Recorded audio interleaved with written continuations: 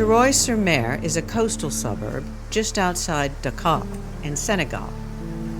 For many years, the community made its living from fishing. The fishermen used weighted nets, and in the 1990s, women began recycling lead from used car batteries to make new weights to sell to the fishermen. In 2007, everything changed. Industrial boats came to the area and plundered the fish stocks, so there was less demand for weights. But the global demand for lead increased, so the women could now get a much higher price for their recycled lead in Dakar.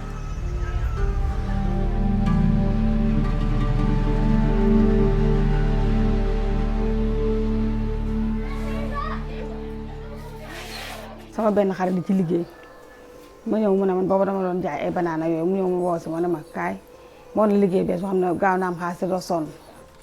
suñ demee da ngay jëndi batterie boo waxaalee loo nga ñëw nga teg am na xale yu góor yoo xam ne dañuy dajji batterie buñ ko dajjee nga tuur acide bi nga sol ay gants yow nga jël saw yet nga fëgg soo fëggee ba batterie bi set ba mu des élément batterie bi rek nga jël nga xam ba nga togg. Donc c'est un système ou bien un commerce très lucratif. Donc c'est pourquoi les femmes s'adonnaient à cela. Au bout d'une dizaine d'années, d'une quinzaine d'années, là où les femmes brûlaient donc les batteries là, en filtrant le sable là, en tamisant le sable là, on parvenait à avoir donc des graines de plomb. Realizing there was a fortune to be made, foreign traders came to the community offering women and children more money to sift the sand for lead residue. The women bagged it up and took it home. They made the same in 1 hour as someone who worked all day in the market.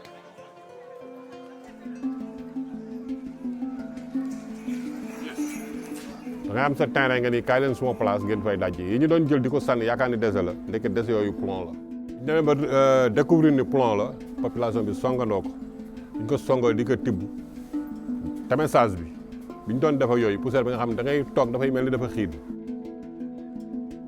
Donc ça a récolté beaucoup d'argent. Donc on est obligé nga dem ci site bi en tant que jeune ngay tibb di sol di jaay pour am gain de cause nga am benn somme booy téye. On ne voyait pas le danger venir. Donc loo xam ne da nga ciy am xaalis te xamoo ne danger la donc bu ñëwee rek da nga ciy sóobu à 100%. Mais cette période a coïncidé avec la ruée vers le plomb. Moi, je l'appelle la ruée vers le plomb. In 2008, a mysterious illness began to creep through the community. Children began to suffer from seizures and convulsions, and babies were stillborn. Over the course of 6 months, 18 children died.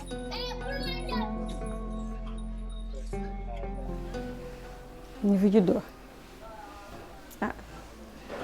dama ci am ay doom ci gaañu de parce que am naa sama juróomi doom yoo xam ne ci problème ci colon bi ñu gaañu. The local hospitals tried to help. The symptoms were the same as malaria, but it was very unusual to have so many cases of young children suffering in one community, and it was not the rainy season, so there were no mosquitoes. Realizing it had to be something else, the Ministry of Health tested the blood of those children who had survived. On s'est rendu compte qu'il y avait une activité de recyclage de batteries au plomb et qui avait entraîné ces cas d'intoxication au plomb. Et bien sûr, toute la population était exposée, mais à cause de la vulnérabilité de l'enfant, on s'est plus intéressé à la prise en charge de ces enfants. Chez les enfants, ce qui est plus dramatique, c'est l'atteinte du cerveau. Les enfants, la plupart du temps, ils tombaient malades et on ne savait pas la raison. Les résultats scolaires étaient très faibles parce que les élèves donc, n'étaient pas en pleine possession de leurs moyens physiques. Et quelqu'un qui est malade, donc des fois, il ne peut pas venir à l'école. tey muñ ci ñoom parce que bu ñu demee jàngi seen xel bi du neex ndax xam nga boo sañoon sa doom bu jàngee day jël paie wala yooyu mais mënuñu am loolu. No amount of lead in blood is safe. 5 micrograms per deciliter can be detrimental to a child's development. the children tested in Thiaroye-sur-Mer had an average blood lead level that was more than 25 times higher. Every person tested was lead poisoned.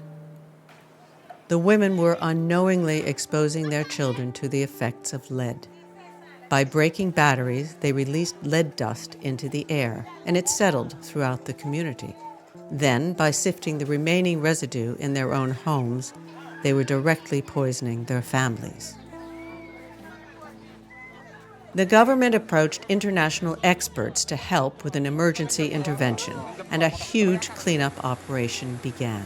Déjà, on s'était rendu compte qu'il y avait une pollution importante dans le quartier. On a décontaminé carrément, donc lavé les maisons, décapé le sol.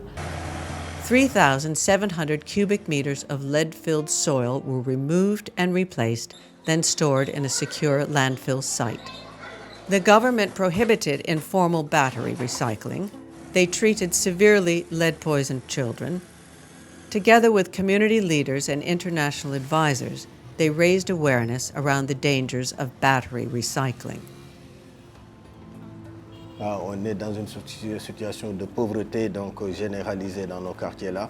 Donc toute activité qui peut générer donc des ressources au niveau de ces quartiers est, disons, la cause d'une ruée des populations vers donc cette activité.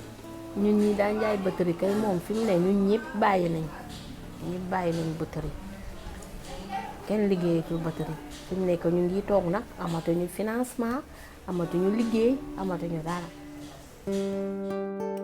It's estimated that there are more than 100,000 informal battery recycling sites worldwide. As the market for lead-acid batteries grows, so do the consequences.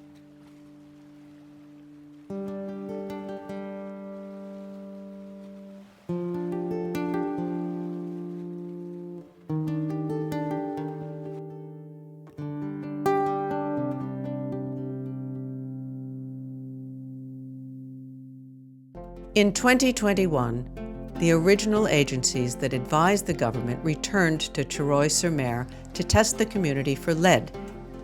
13 years after the tragedy, average blood lead levels in the community have decreased significantly. The people of Thiaroye-sur-Mer learned about the ravages of lead poisoning the hard way, but their children are safe to play in the streets again. This is the next generation.